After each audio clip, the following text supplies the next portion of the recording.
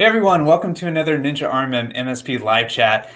This is a really special one that we've got going on. They're all special, of course, and they're all special because all of you guys that are already coming in the chat, you keep coming back here, and it's great to see you again. For those of you who are new to MSP Live Chats, I'm Jonathan Crow. I'm Director of Content and Community here at Ninja RMM. I've got with me Tom Watson. He's our Channel Chief Advisor. Hey, Tom. Hi, everyone. And we've got the guest of honor, Mr. Karl Palachuk. Hello. Karl, I'm so glad we were talking right before we went live here, guys. Tom and I were telling Karl how when we launched this series and thinking about guests, Karl's name has been one that keeps on coming up, and I'm so glad we got to finally do this for everybody. And we'll certainly give you, although we were talking about how you certainly need no introduction for a lot of folks. We can certainly give you a little bit of one and some background for people who don't know you. And I think the best way to do that is to really kick it over to Tom, because Tom, I understand that Karl was really influential in how you built your business. You want to talk about that? Yeah, thanks, Jonathan and Karl, for being here. I want to kick this off with telling you guys a little story. This is really important to me because going back in time and looking at how I came about doing managed services, my MSP, Karl and his teachings were extremely important. And I've kind of kept up with what he's doing over the years, and what he's teaching is still just as important. And that's why we wanted to bring him to you guys so you could ask whatever you want, because he really knows this business. So going back to like 2008, 2009, I had an MSP and I was about 50% managed services. And those contracts that I had with managed services, ones I had bought when I started my business, but I hadn't really done a very good job of moving clients over to managed service agreements.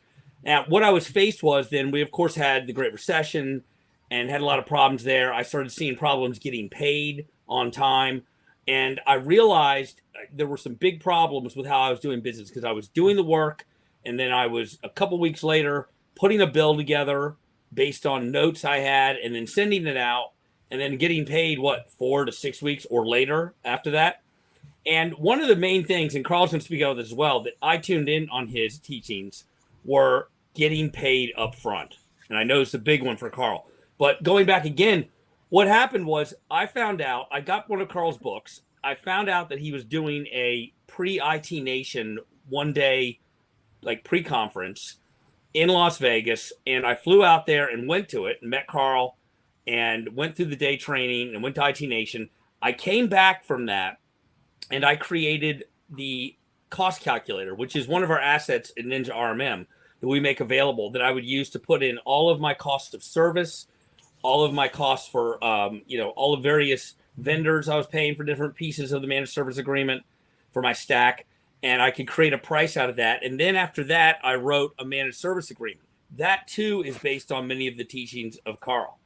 And I wanted to mention that because those two things, I think, are pivotal in my ability to build an MSP and eventually sell it. And from this point, I'm going to hand over to Karl. Maybe he can speak, too, about organizationally and getting started, how important these things are to a young MSP. Well, thank you. And, of course, I just remind you and everybody listening, you did all the work. All I did was talk. So, but I think it helps that I have built and sold a couple of managed service businesses myself. So, you always hear people get up on the stage and say, well, I used to be an MSP, blah, blah, blah. But I really think that's valuable. I think that having actually done all this makes a difference. And one of the things I did is, a lot of people don't know this, but I came from much bigger business. So I ran the internal software help desk at HP's Roseville plant, which had, about 5,000 desktops and 7,000 computers altogether. And so I managed that team, and I sort of came from a perspective that, of course, you sign contracts, of course, you do regular scheduled maintenance. Of course, you rely on quality hardware and software. And so those were not variables in the world I came from. And so when I started my business, I was just, in some ways, just lucky that two things happened. One is somebody handed me or told me to go read The E-Myth Revisited by Michael Gerber. And the other thing is I came from an environment where high quality and high standards were absolutely guaranteed to be built in from the start. And so I actually accidentally avoided a lot of the missteps a lot of people make when they start their businesses. Yeah, it's great that you mention the E-Myth, because whenever I see people asking for book recommendations, or anyone in the channel or an IT service provider listing out books, that one constantly comes up. And the other one that comes up all the time, of course, is yours. Managed services in 30 days, right? And in a month. And of course, you have a lot more. And I wanted to bring up the screen here to give people a little bit more context. So first of all, let me share this doc with everybody. I was explaining to you, Karl, we usually send out this resources doc to everyone that they can access. And we update it live. So as there's resources coming in, we'll definitely add them. This session is meant to be more interactive. This is more, hey, toss all the questions that you have, toss them to Karl. We're going to answer those live. And so we don't have as much here, the resources, but some things that are important to point out is we're going to list some links to Karl, your site. And I want to call out some of the things because, man, there's loads of stuff happening here with your site. This just emphasizes everything that you do. You've got your books here, of course, which it's become much beyond that first book. It's become a whole library. And of course, you've got, this is the most recent one you and I and Tom were talking about right before we went live. And so we'll have a link to that. We've got a free resource, actually. Karl just shared a PDF that gives kind of a teaser, it actually lists the unbreakable rules that he's talking about in this book. And so you can access that in that doc too. But you've got a podcast, you've got trainings, events, all sorts of stuff. Is there anything that you wanted to call out really quickly before we dive into the questions? Well, just that I encourage folks to take a look at our community. It's growing very fast. And I actually just, before I started this, I jumped off the call with my community. We do a weekly call, members only, and it's always fun. It's always interactive. It's always educational. And we help people solve their problems every week. Nice. But yeah, going back to the managed services in a month, I mean, I joined Ninja a little over 2 years ago. I came from an endpoint security startup. And so I was aware of the channel and MSPs in this world a little bit, but to get up to speed, your book was the first thing I turned to. So again, just thought, Tom and I are both kind of geeking out a little bit. This is really cool to have you here. But let's dive into the questions. And so I see that people in the chat, awesome that you guys are already tossing in questions. I have a request, and that is, can you use the ask a question function down at the bottom of the bar there?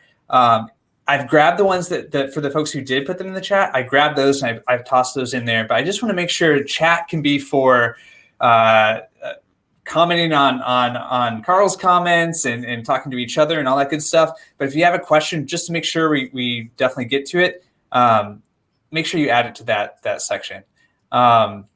So why don't we just get into it? So we've got 50 minutes here, and let's see how many of these we can turn through. And I know there's one question right off the bat that's a big meaty one, and I'm glad it was asked. Let's see. I'm going to scroll back up to see who asked it because he's thinking exactly like we were. This is from Daryl. Daryl, you're the man. So he says, "Hi, Karl. If you were starting out again from scratch, which verticals would you focus on?" And Daryl's a little bit more specific. Tom and I were thinking, oh man, we have to ask Karl this question. If he was starting out from scratch, what are some of the things he would do? So how about that one? Are there any specific verticals that you would lean into? Well, so I think when you pick verticals, you should pick more than one, right? Because let's say that you only did restaurants and then there's a global pandemic, right? It'd be nice to have another vertical. So and the second thing I think you need to do when you pick verticals is look at your market, look at the market you serve. And that might be local. So for example, I live in the state capital. So one of my verticals was attorneys because we have more than our share. Another one was associations and those who serve the state capital, right? So nonprofits were huge for me. And, there's nonprofits without money and there's nonprofits with money. Obviously, you want nonprofits with money. We did have a vertical that was kind of unintended, which was things related to real estate. So we had people who did marketing for real estate. We had a custom lumber yard. We had people who grew sod and plants for new home developments, right? So those are kind of little mini industries.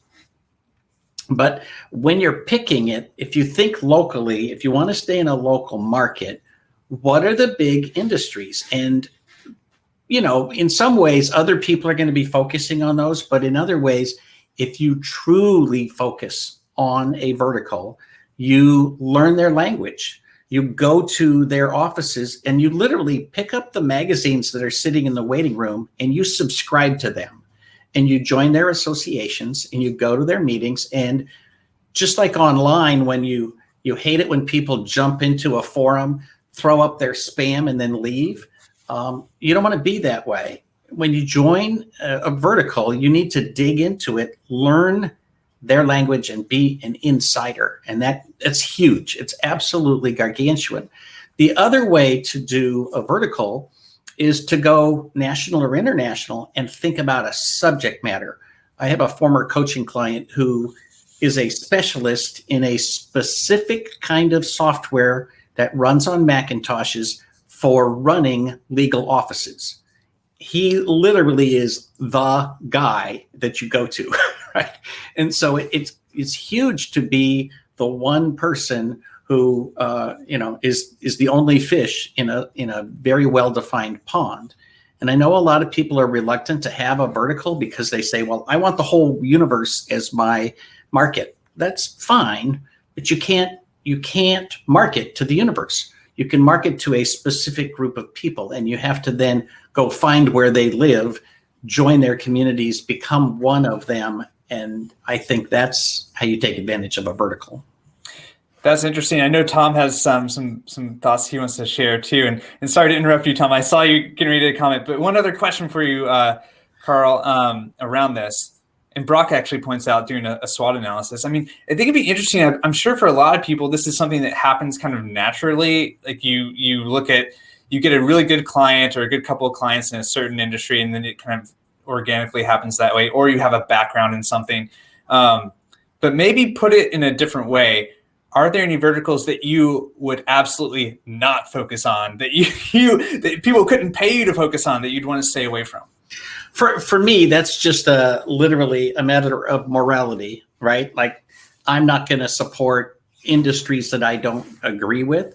But in terms of, I hear people say, well, I don't like dentists because they're cheap, or I don't like attorneys because they're cheap, or I don't like real estate people because they don't buy, large things, blah, blah, blah. Any vertical, that's legit, that you don't have any moral qualms with, can be good. You just have to figure out what the process is for being successful with them. And me, I'm all about process. So, there is a different process for supporting attorneys than there is for nonprofits or, HIPAA or anything else. So you have to have a process, but there are cheap attorneys and there are, one of the things I liked is I like attorneys who drive really expensive cars and won't consider anything other than the platinum plan, right?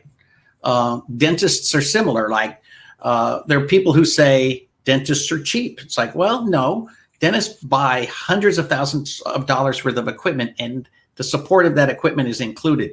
So they've got a different mindset. You just have to get into that mindset and figure out how to work with them. And along those lines, I'm not a member, but there is a thing called the Dental Integrators Association. It's an entire group of IT professionals who only support dentists. So anybody that you can define, you can make money on. You just got to figure out how you're going to do it. All right, Tom, you've been patient. I know you've got thoughts too with how you specialize in some verticals for sure, right? Yeah, I think you make a good point there. When you start out, you kind of take on anything and you want to get going. But then when you start looking at where your money's coming from, especially the profitability, what I found out and how I changed my business probably about 7 or 8 years in was I looked at the ones where I'm making the most money are the kind of clients, the verticals where they make their money at the computer. And so that would be professional services. So lawyers were very good to me. I understood them very well. I'd gotten certifications in time slips, pro law, things like that. They were very good to me. So then I branched out from there and said, well, they make their money. And in particular was like corporate attorneys, divorce attorneys, stuff like that. Criminal attorneys do their work in the courtroom and less at the computer. They're not as good. But then I looked at what other kind of verticals are. So accountants were good for me, consulting companies, engineer companies, architects. These are all fields where they make their money at the computer. So the computer is primary and of most importance to them. And they're often willing to pay a premium for their service. And that was what was important to me, because then when I get someone like a plumber, while they were good business, but the fact is they're not as dependent upon the computers. They can still work if the computers are down. So what happens is they often weren't as willing, I found, to pay the premiums that I wanted to put in place that allowed me to deliver the top level service. Yeah, back in the day, Microsoft had the small business specialist certification. And one of the questions that they had in the marketing exam for that was asking your clients, are you IT dependent? And, to your point, Tom, like you want clients who depend on IT, not who just think of it as an expense or a pain in the neck. Yeah, that's the big point. Yeah, that this is their primary way of doing business and they can't do it without it. Then they really need you and they appreciate it, because we all know you sign up deals with some companies out there and then they just don't seem to care. And that's important. I think Karl also mentioned, look at nonprofits, but look for the ones that have money and budgets and that can pay their bills and want to focus on IT because it makes their business better. Look for the ones that have that importance. All right, great guys. So I think awesome. We have a lot of questions coming in, and these are great. And I think there's one that's a little bit related to this. But before we get into it, we do have a comment from Brock saying that Karl, the cat on your pillow is his spirit animal. We were talking about the throw pillow, and before we get into the next question, I mean, you've got some other decorations here in your office too, right? Maybe even something from Ninja, right? Oh, that's right. I have my show and tell. So my daughter gave me this little Lego thing, and then I got the Ninja characters and added them to that. Plus a lightsaber, because what the hell, right? Well, yeah, absolutely. So anybody who's interested in Legos, our marketing coordinator is going to kill me. But yeah, give me a heads up. Thank you. You just need one more hair design, and you'll be good to go. There we go. I think we can make that happen. I don't know how you got the customized Legos, but I think it's one of the coolest giveaways ever. So. And well, that's awesome to hear. So in related to this, if you were going to start now, so we had the question about verticals, but there's also, let's see here, we have Bella who's asking kind of in a more broad way that Tom and I were asking you before we went live too. What are some other things that you would focus on developing if you were starting at this moment? And I guess maybe another way to think about that is, of course, you wrote a book on this and it's been out there for a little while, but is there anything different about this moment now that would change your approaches that you've been advocating for all along, or are they pretty timeless suggestions? What do you think? Well, I think the biggies are timeless. I mean, like several people have commented in the chat, like get paid in advance for everything. I mean, that is a primary rule. I think it took me 10 years to figure that out. But the next 10 years were awesome. And, in the recession that Tom mentioned, that, we started in 2008, 2009, we were paid in advance for everything. And so the only time that really had any negative effect on us is when Ingram looked at all the people who had accounts, and they said we're gonna audit everybody and see if you have the appropriate amount of credit, right? We were gonna shrink that down so we have less at stake. They looked at us and said, you have 0 accounts receivable, and that's a problem because we think of your accounts receivable as an asset. And the funny thing is, they have a calculation because accounts receivable is not one for one. So let's say that you have $100,000 in accounts receivable.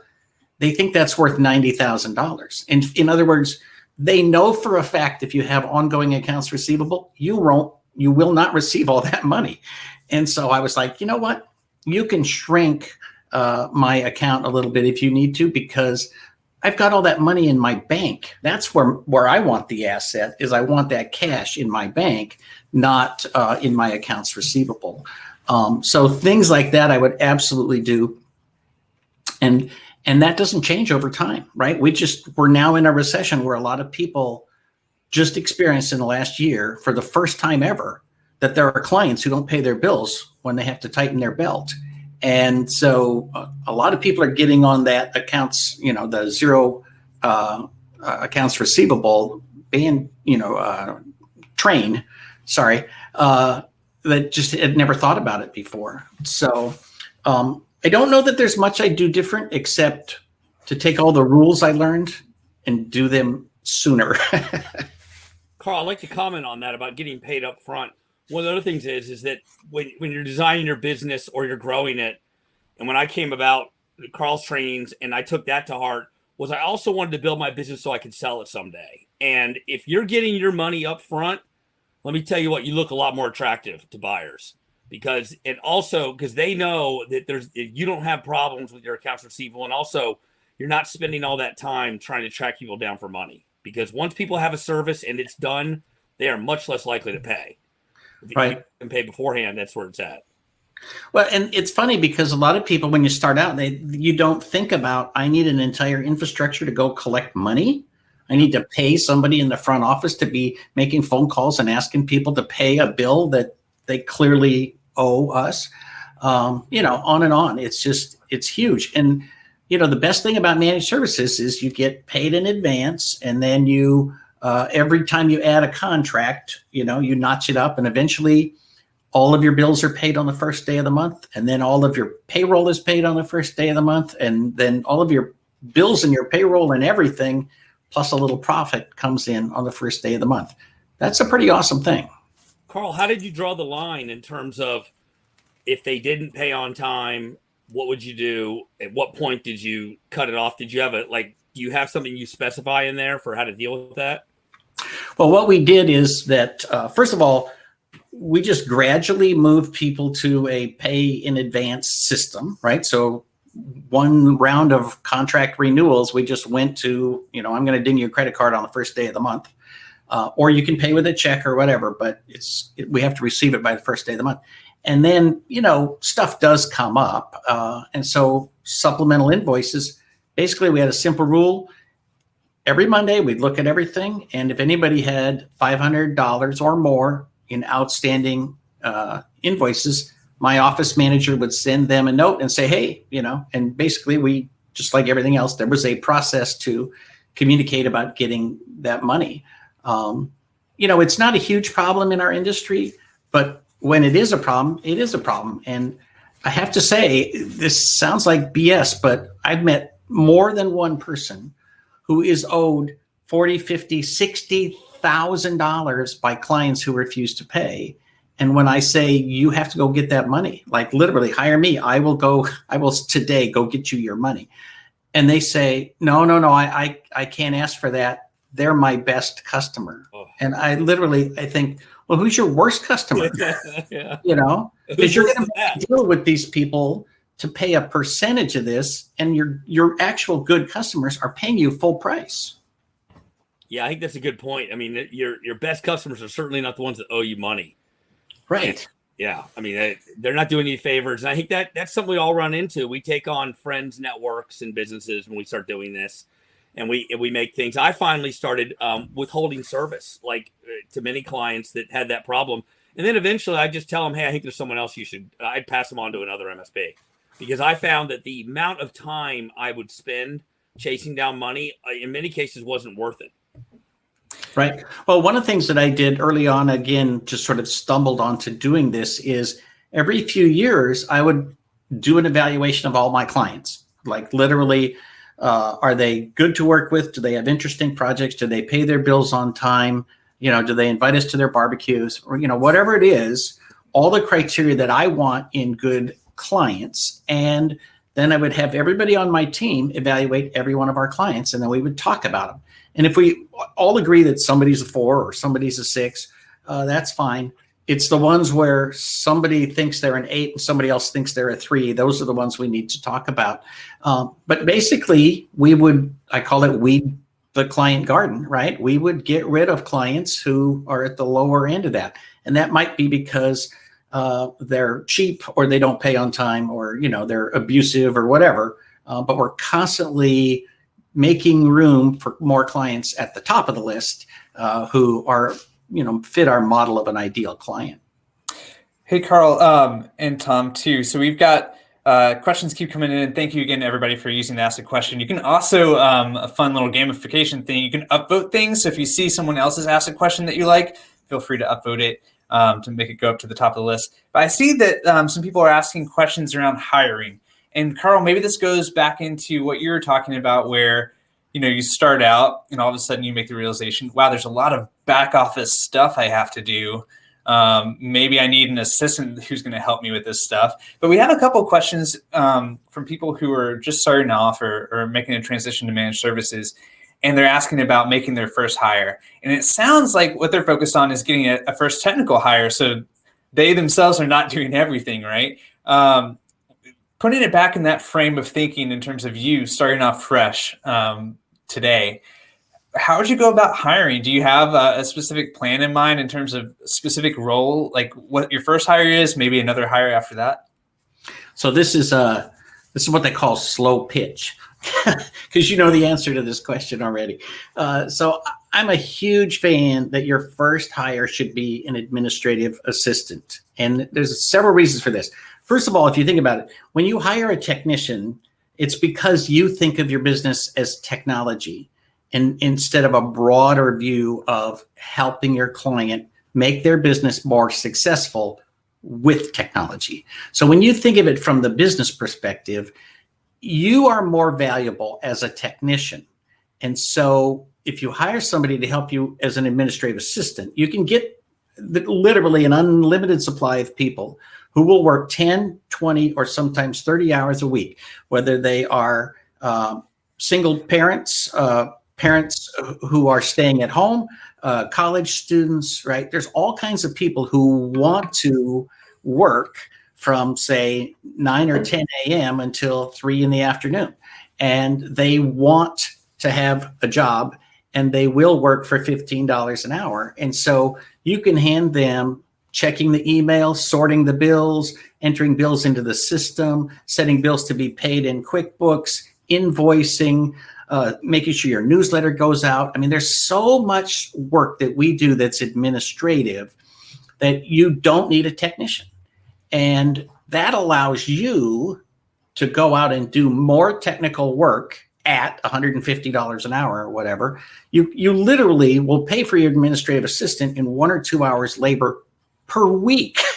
And that allows you to dramatically grow your business. And then when you get to the point where you need to expand your technical field, then you can do it. But you really should delay that technical hire as long as possible.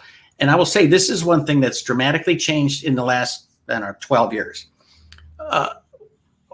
Much of what we do to deliver support to our clients is now administrative instead of technical. If you think about, like, something goes wrong with Office 365, there's not much you can do most of the time except open a ticket with Microsoft and say, hey, fix your stuff. That's not that's not technical, that's administrative. Setting up new accounts on Office 365 or even on Ninja is administrative. Name, address, phone number, email, turn those things over to somebody who is a good, dedicated administrative assistant, and your life will be better.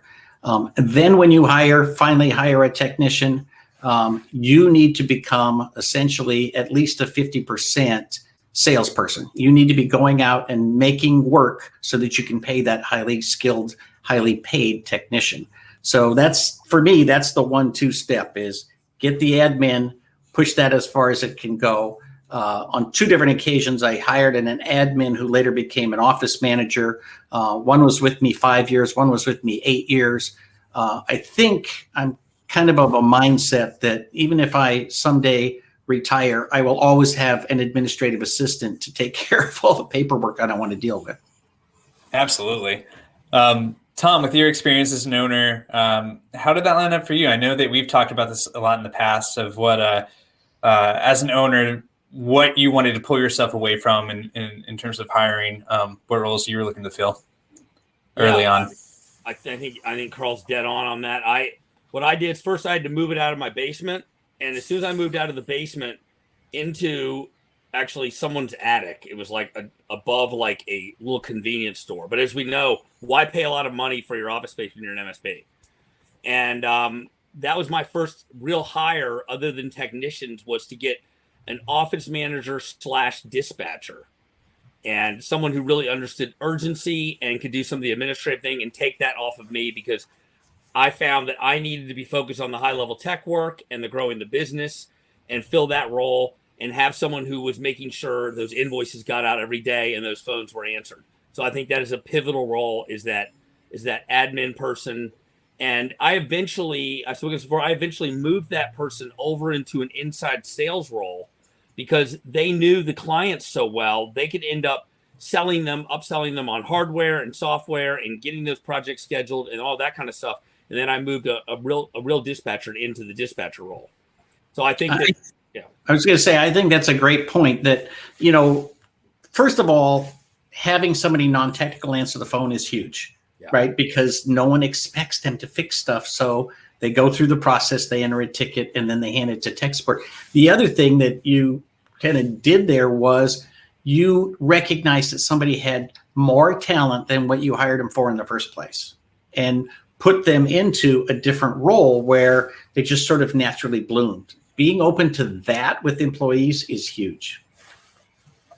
So with that type of role, Carl, you had a lot of really good suggestions of what type of person to look for in terms of in more of an administrative role. We have some people asking about making that first technical hire. So when they do get to that point, and maybe they've taken your advice at this point and they've gone outsourced a lot of the administrative stuff. Any suggestions there in terms of recruiting technical people, figuring out how to hire the right ones? I'm sure it varies a lot based on what region you're in and what market. Yeah. So again, where I am, Sacramento, California, we have HP's got a huge plant, actually 2 of them. Intel's got a huge plant. The customer service for Apple is here. NEC is here, right? We have no shortage of people who are just, an inch away from the Bay Area and very technical. So they hire and fire 1,000 people at a time. So all the engineers get laid off. They become IT consultants, and then they get hired back somewhere else, and they drop their customers, walk away, and go back to what they really want to do. So we're constantly finding people who've been abandoned. And we also have a lot of good people who basically burn out on being those kinds of high level, working for one, employer kind of people, and they get burned out on that. So for us, where I live, the Craigslist has turned out to be a great resource. And I have used the agencies that charged you 30% of payroll and all that kind of stuff. And the best employees that I've had have tended to be people who I was either giving them an out from corporate America, or people who I was hiring them for their first IT job ever. We put an ad in Craigslist, and if you go to my blog, which is just blog.smallbizthoughts.com, just put in Craigslist, and you'll see my ads for hiring admins and technicians. With Craigslist, the main thing is you have to remember, especially at a time like right now, coming out of a recession, people are given horrible advice by college assistants who say, hey, let me help you find a job. Here's what you should do. Anything you're remotely qualified for, put it on your resume and apply for that job. And so you get 130 resumes from people who are SQL programmers or Exchange admins, and it's nothing like the people that you want to have. So what we do is put out an ad that says, here are all the requirements. If you send us a resume, you will be disqualified. So send me a paragraph of why I should ask for your resume. And that kind of self-filters out people who are not willing to read instructions, are not willing to write one paragraph, and are not willing to work at a place that's going to be just a little bit different. And so then we interview them, and we have a whole process with multiple interviews. This, one of the rules that you've heard is hire slow and fire fast. Well, the slower you hire, the better you're going to get technicians. Yeah, well, thank you for that, Karl. And I mean, I think obviously we could go on about that for a lot more. It's a huge topic. So I'm seeing more questions come in, and some of these are falling into some buckets now. And one of these is based around everyone's favorite topic, which is pricing. We've got some people asking about per user versus per seat. I know you have tons of thoughts about that. But before we get into that one, here's another bucket, and that is, what's the best approach to switch existing clients from endpoint-based to user-based? I guess that goes right into the pricing thing. But this is the question is, what's the best approach to switch existing clients from an endpoint-based to a user-based SLA? I mean, maybe we step back when we talk about user versus endpoint to begin with. Do you have any thoughts about that now? And have those thoughts changed over the years at all? Well, so first of all, to me, a service level agreement means that if you don't reach certain targets, you will give some of their money back. I've never done that. I don't believe in it. I don't think you should do it. In my service agreement book, I have language if you want to do that, but I specifically talk about how you need a service agreement and not a service level agreement. So that's side note, but wow. That's a heck of a side note. Yeah. In terms of per device versus per user, you can do both. So don't ever think you have to be in one bucket or the other. And so if it makes sense to do per device, that's what you should do. And I'll give you a perfect example. If you have a client that is a call center, right? They got 50 telephones. They have 750 employees. Per user doesn't make sense, but per device makes perfect sense, right? For most offices that rely on Microsoft Office 365 and Adobe and other things that are sold on a per user basis, it's pretty easy to get clients to make that transition. The process I would go through, I would tell you this, is very much like what I talk about in Managed Services in a Month. The move from break fix to managed services is one of redefining the client relationship. And you can literally go through the exact same process to bring people from per device to per user. Just tell them, hey, we've been doing this for 10 years, and now we're going to redefine the way we do this in order to bring you better service that's more focused on the way that software is sold in the 21st century. And, we're just kind of retooling and upgrading the way that we provide service. And so this is the next thing. Sign here. Have a nice day. We did make the move and ultimately had a handful of clients on each, right? But, when we made the move, like my Cloud 5-pack, it's per 5 users, but it's still a per user concept. Well, actually, it's great that you brought that up. Can you talk a little bit about the 5-pack? Because we have a question. This is from Ross. He's wondering about the strategy behind the 5-packs. So the book you want to read, I'll just be a blatant commercial here, is Cloud Services in a Month. So the Cloud 5-pack is a bundle of software for up to 5 users. So the first piece of that concept is a bundle. People love bundles.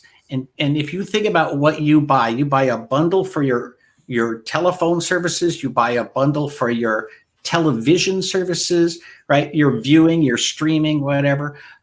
We love bundles, and we buy them all the time, and your clients are used to it.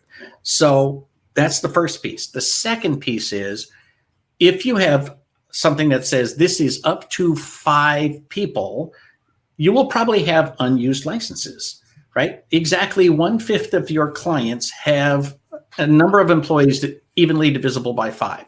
So 80% of them will have 1 or more unused licenses. You get to keep that money. The third piece that's huge is that it's designed around what I call all the technology you need, right? All the core technology for your business. So it would include storage, antivirus, spam filtering, right? Remote monitoring, patch management, right? The core thing, Office 365, the core things you need to run any business. Again, this doesn't stop you from selling a separate server. It doesn't stop you from selling signage or security or whatever else. It's just that it's designed to be a package you can sell to every single client you have, whether they're 1 user or 100 users. And you could create 20 packs as well as 5 packs, whatever makes sense. But the goal is to have a thing that's super easy to sell. People actually choose to buy it, and it delivers the core services. So you know your clients have everything they need to be secure and to have the services they need. For 90% of office workers, this provides them with 90% of what they need. And then you'll sell whatever specifics they need on top of it. I want to jump in there real quick. On my larger managed service agreements, Karl, what I would do is I would put packs on top of that, so that, and what I would explain to the client was, hey, listen, I don't want to come to you every time you add or remove a user. So each time I'm going to sell you a 5-pack, and once you fill up that 5, then I'll sell you another more, or you can go backwards or forwards or whatever it is. But it made it a lot more convenient for me in terms of keeping track of the billings and what they were getting. Absolutely. And the other thing is, think about the way you buy a car. There's very few of us that really enjoy going to buy a car and saying, oh, do I want this trim package, that trim package, all these thousands of little details. So even the trim packages are sold in bundles. You start with the LX, and then you add the, whatever, touring version or whatever. And so, again, people know how to buy in bundles. We do it every day. My favorite example is always Netflix. Nobody ever calls Netflix and says, hey, I'm only using this on 2 devices. I want $3 of my dollars back. Yeah, absolutely. So to make sure, and wow, this time has flown by. We've only got 15 minutes left. So maybe we do, Karl, we go to rapid fire mode if we can. And okay. That's going to be hard to do with some of these. But first off, well, actually, okay. So this goes back to thinking about your team and how many technicians you need. And so we have a question here from Ronald, and he's asking, is there a standard method to determine the correct number of on-site engineers for client deployment? I mean, I'm sure there's no one size fits all, but when you're going back to thinking about how you're managing your team and how many technicians you had and trying to get them to operate more efficiently, was there anything that you're doing or systems you had in place to determine, okay, here's how many guys we actually need? Well, it's interesting because if you think way back, I'll try to make this as fast as I can. Way back to the beginning of trying to standardize and figure out what your pricing is, you had to do some calculation of how much time you spend setting up a desktop, maintaining a server, maintaining a desktop, maintaining a laptop. And you should have some idea of what it takes to do each of these. And you should track it very, very, very carefully inside your PSA. So you can run a report and say, a 9-user office took us this long to do the desktop setup and this long to do the data migration and so forth and so on. And a 130-person office took us this long for each of these things, and figure out what your standards are. And then you can come up with, I don't know that there's an industry standard, but come up with a flat fee idea about what it takes, and again, there's some scale, right? There's a difference between 9 users and 120 users, but come up with some idea of what you think it's going to take, and that will give you, sort of just do the math, figure out how many technicians you need on site. but it's kind of this never-ending loop of measure it, right? Get the report, fine tune, execute, do it again and again and again, and you get better over time. Here's a question that goes into this too. And it's basically ensuring that once a technician does go on site, that they're efficient. And so I've seen this come up a few times where people say, okay, we've got a technician on site for a project work, and inevitably they start getting all the questions now. Like the staff starts poking up their heads and they're asking, what about this? What about that? They start doing troubleshooting stuff. So we have a question from Olivier, and he asks, how do you advise he's asking, how do you organize your support team? And so it gives them time for technicians to finish their activities, accomplish proactive jobs without getting pulled away to these other things. So it's interesting. Again, process. You can't control people, but you can control your process. So you can't control the clients, and you can't even control your technicians. But if you've got a process, you can fix it. I have the technician check in with the primary contact, whether that's the receptionist or the office manager, whoever, and say, I'm here. I'm going to be doing this, this, and this. Make sure everybody puts everything into a ticket before I leave, because I will work through all of the tickets I can in the time allotted, but you got to put them in the system. And that way your primary contact can determine, what are all the tickets, and if some of them are going to be billable and cost them money, they can actually say, okay, so we got these 9 tickets that have been put in. Don't work on this machine because she doesn't know she's about to get fired. Go work on the printers because that's more important, and we'll go ahead and pay for that. Everything else is covered under managed services. So it's just having that process of checking in and telling them, put your tickets into the system. And if they don't want to do that, that's cool. You can say, I will put the tickets into the system, and on the clock, your technician will sit down at a server or somewhere else, get into your system, put those tickets in, and then proceed to work them. So now we have, Karl, you're doing great with getting through these quickly. I really appreciate it. So we have another one that there's no way to handle this quickly, but we'll try anyway. And this is from Ross. Ross, thanks for being here. He says, Karl, for a new entrant, so he's just moving into managed services, he is wondering, he hears all about the threat of cybersecurity in terms of your potential liability, being hacked yourself as an MSP.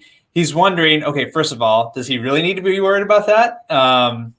And then also he's asking, okay, assuming that is a really valid thing, what are your suggestions in terms of developing cybersecurity capability? He's asking for crawl, walk, jog, run, any kind of game plan you can provide. And Ross, correct me if I'm wrong in the chat here, but I think you're asking for an MSP's internal capabilities, because then there's the whole thing of selling cybersecurity too. But if we want to pick that apart a little bit, I guess first of all, should Ross be very concerned about security? And, yeah, of course. And then so what should he do about this? If you were gonna, let's go back to our construct where you're starting an MSP for the first time again today, starting over, you've got your amazing lifestyle, but you've decided for some reason to go back and throw your hat in the ring. You're an MSP again. What are you doing on the security side? I'm always tempted to open another MSP. It's just such a ridiculously profitable business if you do it right that I'm constantly tempted to go back and do it some more. But anyway, so absolutely you should be worried about this and you should have plans in place. I would go back to the most fundamental thing about what we do as IT service providers. And to me, that is backup and disaster recovery. If you did nothing else for any client except guarantee that you can get them back in business within X amount of time, that is the most important thing you could possibly do. Back in the day, that meant restoring from backup, which even if it's on a disk, it's gonna take time. Today, I would have a business where VDR is fundamental to what we offer. I'm just blown away when I, read the news and day after day after day, they report that somebody else got ransomware and paid $2 million. And all I can think of is versus $300 a month for a BDR or $700 a month for a BDR. It's beyond my comprehension that this is a problem in the 21st century. We have the solution, and protecting our clients from disasters has always been the single most important thing we do. The reason I do a monthly maintenance checklist is to verify that we can restore from backup for every single client all the time without any questions. So I would do that internally.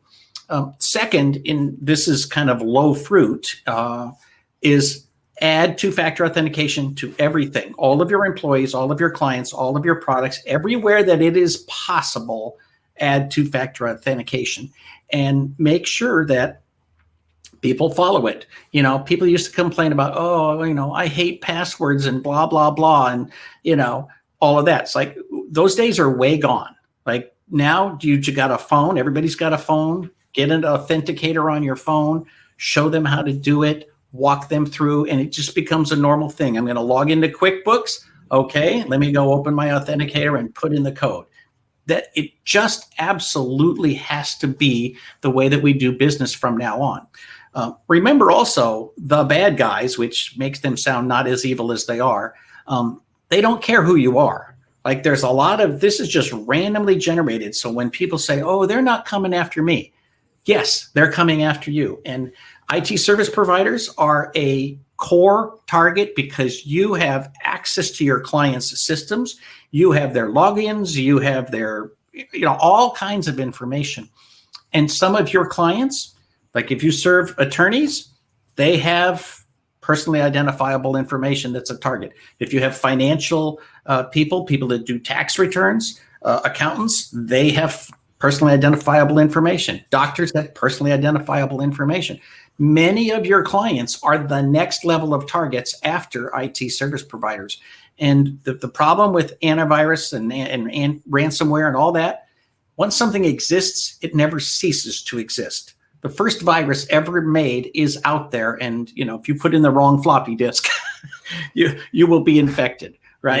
Yeah. So, I Karl, that's I can't emphasize it enough. Right there with you. And 2FA. So we had a security summit back in January, and it was our second annual one. We had Bill Siegel, who is the CEO of a company called Coveware, who helps companies who have been impacted by ransomware, and he helps them recover and have to talk with the bad guys and everything. And he was saying that 2FA, like they had not dealt with a client who had 2FA and all the things. Actually had it on everything they had. They thought it was on. Hasn't seen it happen. And so it's not to say, of course, there's no silver bullet. Like bad guys are going to find a way to get through. But 2FA, just such a huge thing that I would definitely reinforce. Right. And it is super scary. If you think about, and I don't want to pick on anybody, but think about the big brand name, IT provider that got hit. When the government of Russia puts unlimited resources behind evil people, they will break into your stuff, period. So, how will you respond? How will you get your clients back into business? And that's what you have to focus on. And if your clients will not spend the money, you can't afford the insurance. You need to go find other clients. And I'll just say for people in the chat and some of these other questions here, security is such a big topic. There's definitely more resources that you can find. Ninja, if you go to our blog and go to the security section, there's a lot of stuff that we put out there. And then there's also, I know a lot of people in the chat are familiar with this, but there's a weekly series on Crowdcast as well called the Cyber Call, and it's a great one to sign up for. So I'll put a link to that in the doc too, because huge topic and lots of things to think about there. So Karl, we got about 5 minutes left. I want to try to squeeze in a couple more if we can. What about co-managed services? So this is something we hear about all the time now.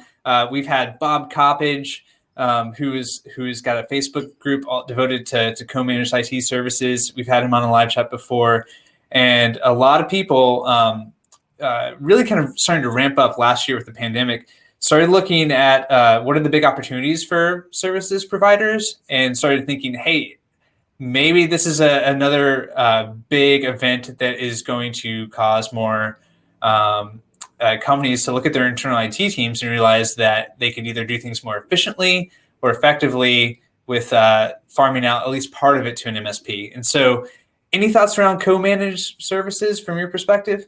Well, Bob's a super old friend of mine. Not that he's old, but he is.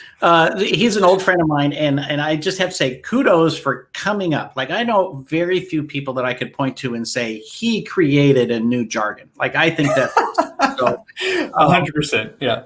But co-managed is one of these things that it's been a piece of our industry from day one, right? I mean, I think about way back in 1995, one of my first clients was somebody that they had about 140 desktops, and they had one overworked internal IT guy, and he hired me to just basically take care of jobs that were too sophisticated for him, right? It's like, my knowledge stops here, so you're responsible for everything above that. And so I didn't manage desktops, and I didn't manage, patch management or any of that kind of stuff. But I fixed big problems for him. And we had that client for like 12 years until they got bought out. And so co-managed, in some ways, if you think about the client that has one semi-technical person, that's your best friend, right? Whoever manages internal IT, they probably are really an accountant or a salesperson or in marketing, right? They've got a real job, and they are your best friend because they can do most of the setup, and then they rely on you to do the rest and do it right. They can unbox a printer, but they can't install the drivers, right? So I think that's a huge area that many of us can actually look down into smaller clients and say, look, we can save you money by doing tech support right the first time, and we'll rely on some of your people to get the little stuff done. And then you can go to bigger clients and say, look, don't hire another IT person at $80,000 a year. For $40,000, we will give you a massive amount of tech support, and we will be the follow-up to your in-house IT. So we can totally work together. And that's all about, having a good tool for passing tickets back and forth, having good processes. It all comes down to that. That's amazing. Thank you so much for that. I want to keep things going. So we got a couple minutes left, 1 minute left. Karl, first of all, I know a lot of people are going to have to start jumping now. I just wanted to thank you so much for coming on again. Thanks for having me. And answering all these things. And so I wanted to bring up what people can go to from here, because this is like the tip of the iceberg, right? And so, of course, there's your site, which I'll drop a link to. And you've got so much going on. You've got events, you've got the podcast, you've got your newsletter, which I subscribe to. Anything else in terms of upcoming events or things that people could do to stay up with you? I think the biggest thing is go to smallbizthoughts.com and sign up for my newsletter. So if you don't get it, there's about 10,000 people a week that open my newsletter, and it's some information, some commentary. I have an industry calendar there. So sign up for that newsletter, and I promise you won't miss a thing. There we go. We'll appreciate that. And then from our end too, so a couple of things. So this is the agenda doc, or the resources doc, I should say. Oops. And I want to give this link to everybody. So I'm going to update this with some more things that we were talking about here. And I've included some resources from Karl. So I'm going to update this a lot, Karl, with links to your newsletter and podcast and everything. And then I've also got some resources from Ninja. Here we go. So I've included Tom right at the top of the hour mentioned that he was inspired by you, Karl, went to some of your trainings, came back, and he created a managed services agreement and a cost calculator that he used in his business. And now he's made those available for you guys. And so these are links to download those things. So check them out. And if you have questions, Tom is always happy to be contacted. You can go up to the top of this doc and get his email right here. So Tom, you can look forward to getting some emails, hopefully.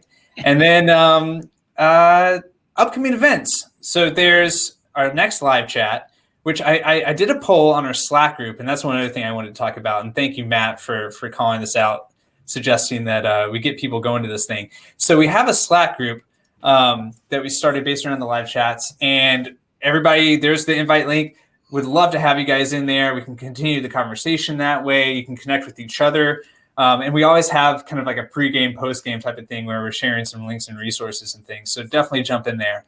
And I launched a poll there, and we asked, what do you guys want to have for your next topic? And we had some votes come in. How to sell security without FUD, fear, uncertainty, and doubt.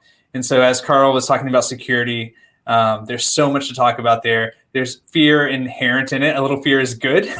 But in terms of selling it, talking to clients, it's also going to turn them off in a way. So we're looking forward to that. And that's going to be on Thursday, April 2nd.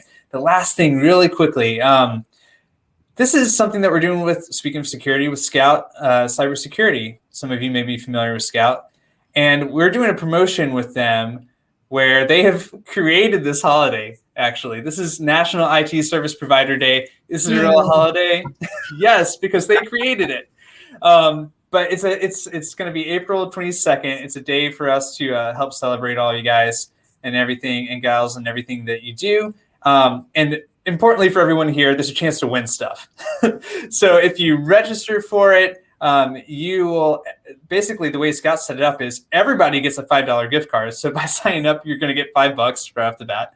And you're going to get a cool pack from Scout that helps you market and sell things. They've got some cool materials there. And then you'll be entered for some bigger prizes too. So just wanted to call that out. I'll drop this link in here in the chat too. But Tom, any parting words from you, sir? Yeah, I just wanted to cover one more question. Kristen was talking about getting paid. Yeah. We talked about getting paid up front, but about getting paid, limit the ways that they can pay you, decide how you want to be paid. And when you get a sign on that contract, say, oh, I think you forgot to sign this part. Have them fill it out in front of you or on the phone, whatever it takes. I would be doing all ACH. I don't want the fees or anything else like that. And I would just tell people, this is the only way we are set up to get paid. Thank you for doing that, Tom. And apologies for those of you out there who asked some questions that we couldn't get to. But Karl, thank you again so much for being generous with your time. Really appreciate it. And hope to have you back on soon. Well, thank you for being here. I had fun. It was great fun. All right. And thanks, everybody.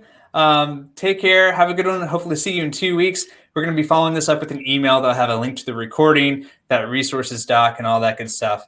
But thanks, everybody. Stay safe out there.